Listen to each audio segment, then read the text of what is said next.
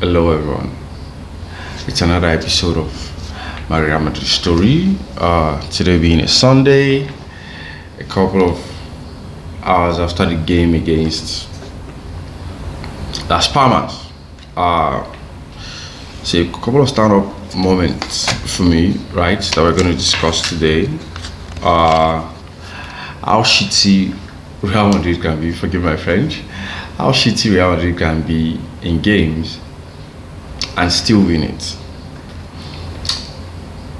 And not just win it, but win it with it. Remontada, the warrior spirit, as was mentioned yesterday. It's a very important part of our DNA as a team, right?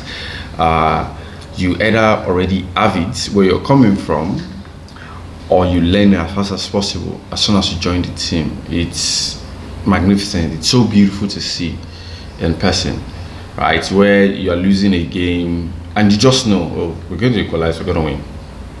That belief against any type of team in this world, there's that belief that, oh, don't worry, we'll get a chance, we'll score, we'll equalize, and we'll very likely score another one, and then we'll win. It's so remarkable to see. I am privileged to be supporting a team like this since 2002. It's been an amazing journey. It's been an amazing journey, right? I don't think, like, imagine me being a fan of any other team. Like, come on.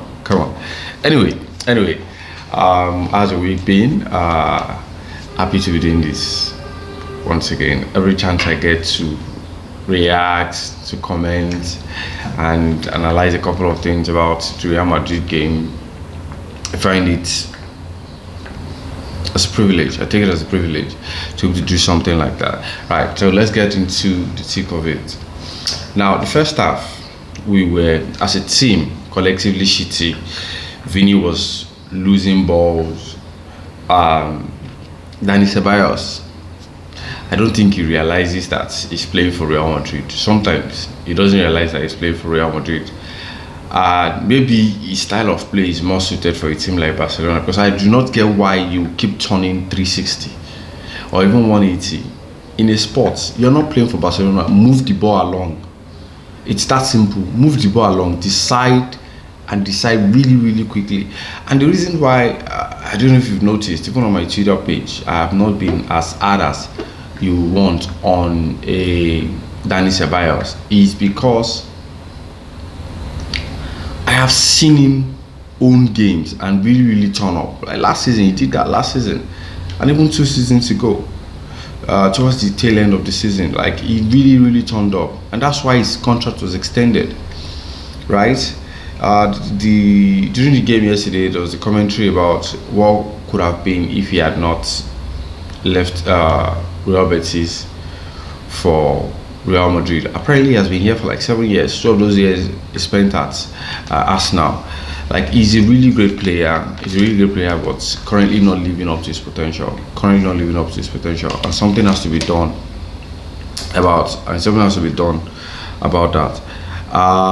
Yeah, like I said, the first half was significantly different from the way we reacted in the second half, which is typical Real Madrid behavior. But this is not something that is sustainable. We should be able to start game well and end game really well. End it in the first half if possible, right? We don't start playing until we concede or we're at the verge of ending the game with a draw, right? It was a really stark difference between the first and the second half, right? And like I said, 2 things really stood out. Without Jude is the leader of this team.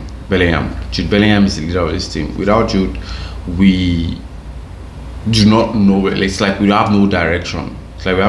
Which is amazing for a 20-year-old to come to a team like Real Madrid and just boss everyone and do it so majestically that everybody's happy to be subordinate. Like, Jude is a special player. He's a very special player.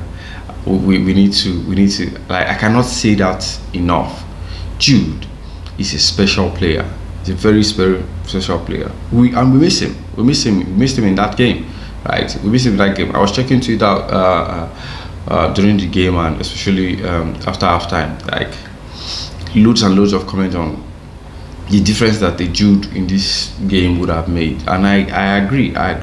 But it also in the game, I also found out that without Jude, it's good to know that without Jude, we can actually win games as well. And not just win games, we can do remarkable comebacks, right? Maybe not, this game was not at the level of a Man City or an Atletico Madrid in 2014 and all of that, or even Atletico Madrid in Super Copa recently, but it was amazing to see that we can do that. And whenever Vinicius turns up most often than not, right?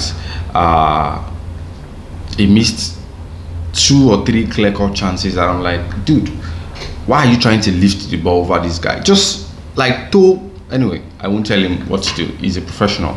He knows better than I do. He knows better than I do. But it's easy to make commentary when you're watching millions and millions of miles away, right?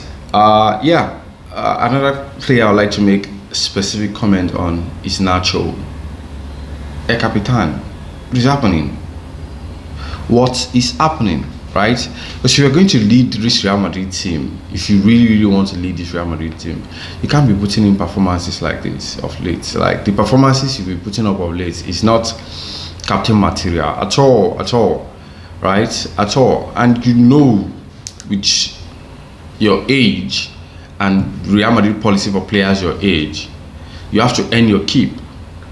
If you want that 1 year contract extension, you have to earn your keep. And of late, he has not been doing that. I really wish we bought a defender during this transfer window. But knowing Real Madrid, we do not operate that way. We don't do panic buys and all of that. And it would be amazing if we can actually win Champions League and La Liga with this team. I'm looking forward to having Eder Militao back though. But then again, Rudiger has played almost every minute this season. Apparently, I found out that that's the first time that Fede Valverde will be rested since September or something, which is crazy. He's going to run this guy to the ground. He's going to run this man to the ground, right? So we need to better manage our key player, right? Fede Valverde has to rest. Rudiger has to rest. But it's like whenever Rudiger is not, like you saw that the goal we considered yesterday, he came out to mark Sandro. And as a defender, as a central defender, you should be able to trust your partner. But I don't think Rudiger trusts Nacho to do the job, right? Because if that was Rudiger, that was marking, what's his name again? The guy that scored the goal against against Real Madrid, I'm sure Rudiger would have cleared the house, like, or defended that ball better. But Nacho, come on, Nacho. Anyway, individually, I think Lunin had a good game. There was a save he made before they eventually scored that goal. Like the reflex for him to be able to, as tall as he to get down quick enough and stop that ball. That's really tight angle. It was really amazing to see. Dani Carvajal it was a normal game for him, nothing spectacular done. There was nothing spectacular in the game today. Rudiger tidy as well. Nacho, nah. Like I said, no. Fran. There was a game we played, I think it was against Osasuna or something. I was Osasuna earlier in the season where he made 2 assists.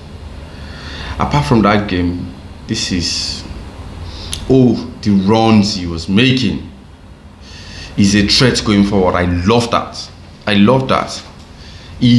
Fran Garcia is playing like somebody that wants to make this team, like, I want you to own that position, like, and I like the fact that he's trying to give Carlo Ancelotti a lot of headache. We need that in the team. Like, it brings something different.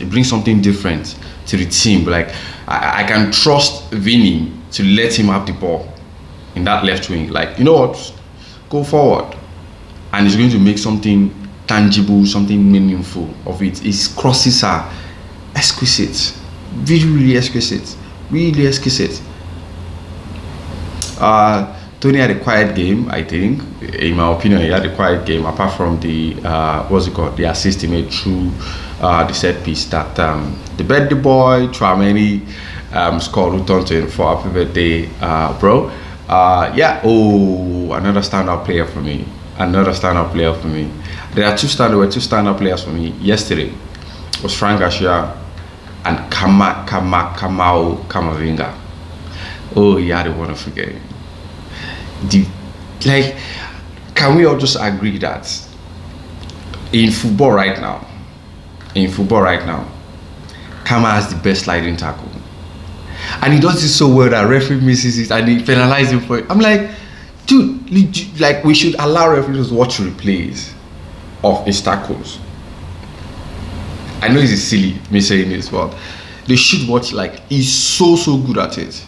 But another thing that I think, the one thing yesterday, that there was an opportunity where we were counter-attacking, or we're moving with the ball, and it was with Kama. We had overload on the left, and then we had just one option on the right. The more sensible option was to take the ball, was to drop the ball for Vini and I think Fran Garcia and one other person or so. Or maybe there were 2 or 3 or so, I don't know. But we had more people on the left hand side and more space on the left hand side. But because Kama is so one-dimensional in the use of his feet, and that I mean, he prefers his what's it called, his strongest foot, which is his left. Kama did not risk making that pass with his right foot to move it to his left. That would have been a goal scoring opportunity. I think he was eventually fouled or something. In that, it was just so obvious. But other than that, he had a really good game. A very good game. He's my man of the match anyway. Yeah, followed by Fran Garcia. If you guys Vini scored the all-important equalizer and all of that, but no. He was very wasteful. It was quite wasteful yesterday. Brahim had a very quiet game, which is not something you say about Brahim whenever he plays, right? But hopefully, I hope he doesn't get out of form. Like, we need his explosiveness, his intelligence, his tricky, and that space that he beats everyone with, right? Very, very important. I'm rooting for you, Brahim. Rodrigo had a quiet game as well. Yeah, it was quite a lot actually. But he had a quiet game. Then the tactical changes that Carlo Ancelotti made to bring in. I thought he was never going to bring in Arda Guler. I know I've not mentioned Arda Guler. We'll talk about that quite soon, very, very soon. But having Oselu come in as a target man, it was good. It changed the game because Las Palmas were sitting really, really deep. And did I mention that assist by Camavinga too?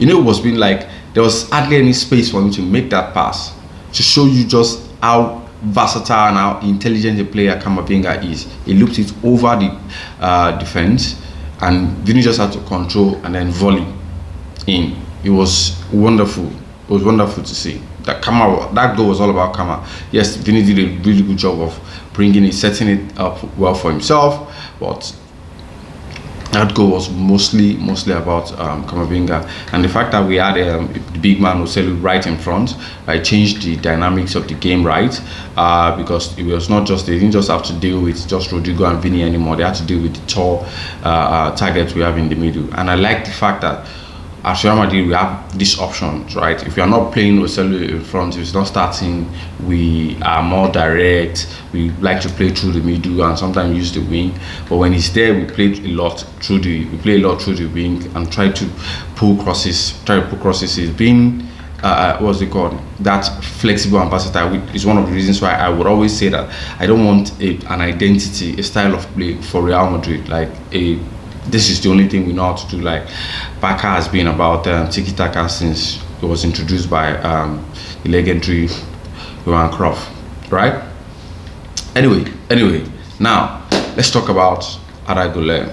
I made a post yesterday on Twitter about the fact that I do not understand what all the fuss is about. Almost each and every one of us knew nothing about Arda Guler until Real Madrid and Barcelona were trying to sign him. And I get that based on the clip we've seen, he's a special player. based on feedback from the senior guys in the team, he's a special player. Based on the few times he has played, he's also a special player. But you seem to be forgetting that this is Real Madrid. You can't just come in and walk in. You can't just walk into the team. Not everyone is a Jude Bellingham. Not especially when we are so stacked in the middle with the type of quality that we have. He is good, and we should all learn to stop the comparison between Arda Guler and Lamine Yamal in terms of playing time. Lamine Yamal is playing because of who Barcelona is. Lamine Yamal would hardly ever see the time of day to play in this team.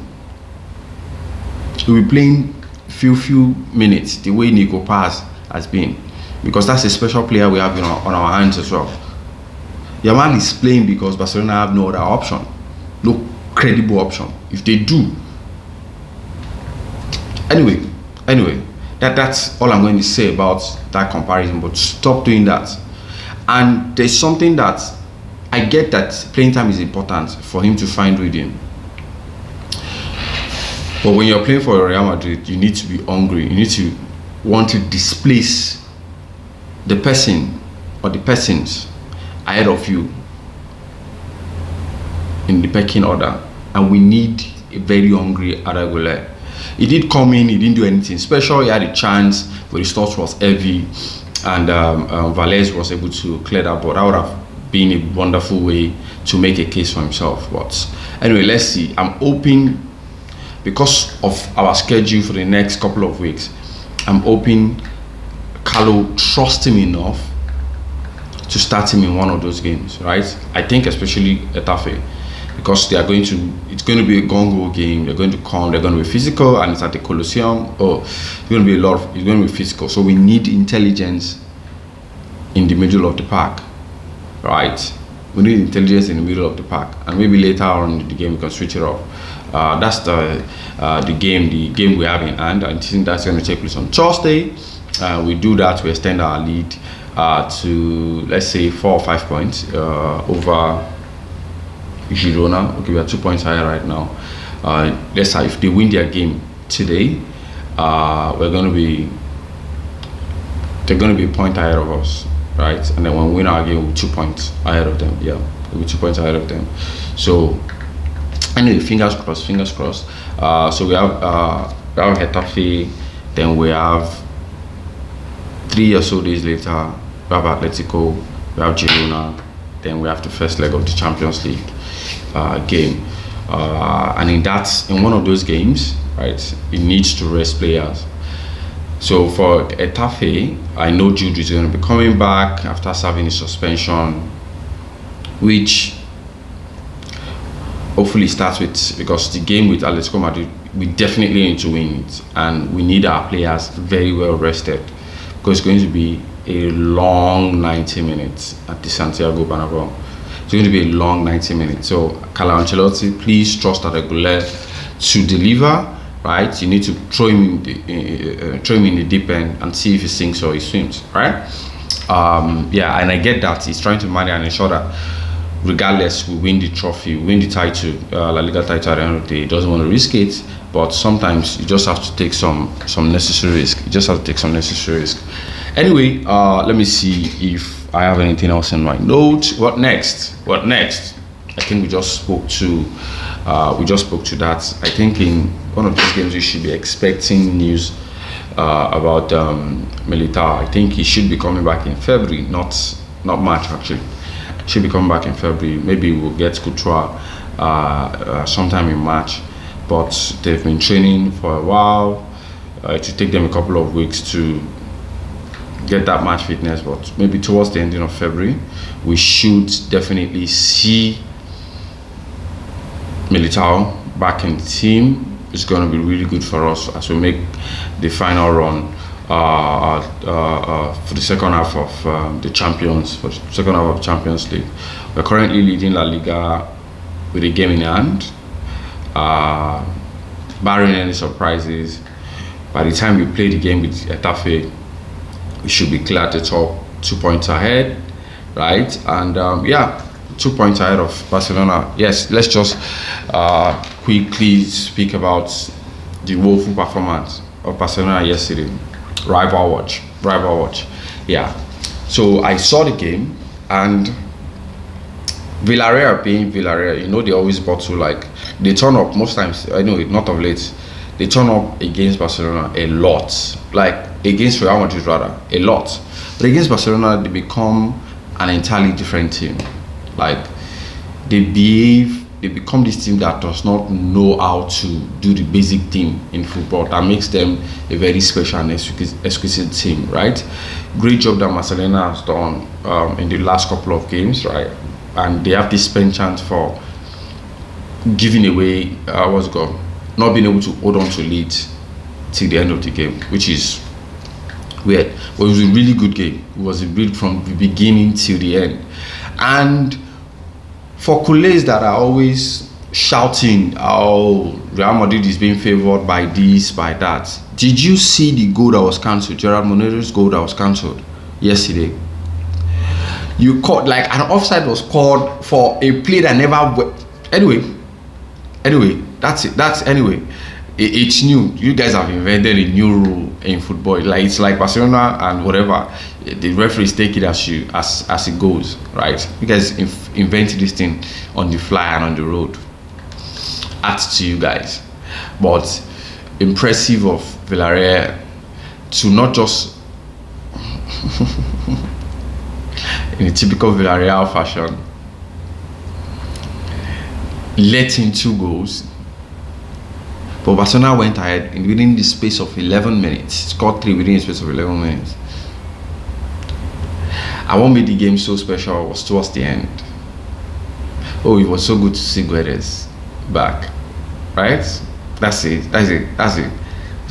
Impressive. That's an impressive striker. Very, very impressive. Very, very impressive. Soloff, apart from his goal yesterday, was a menace. His height, his build, his stamina, his strength, he used this to his advantage. And I really like that. But great game from Villarreal. For them to win away from home at Barcelona, I think that would do really good.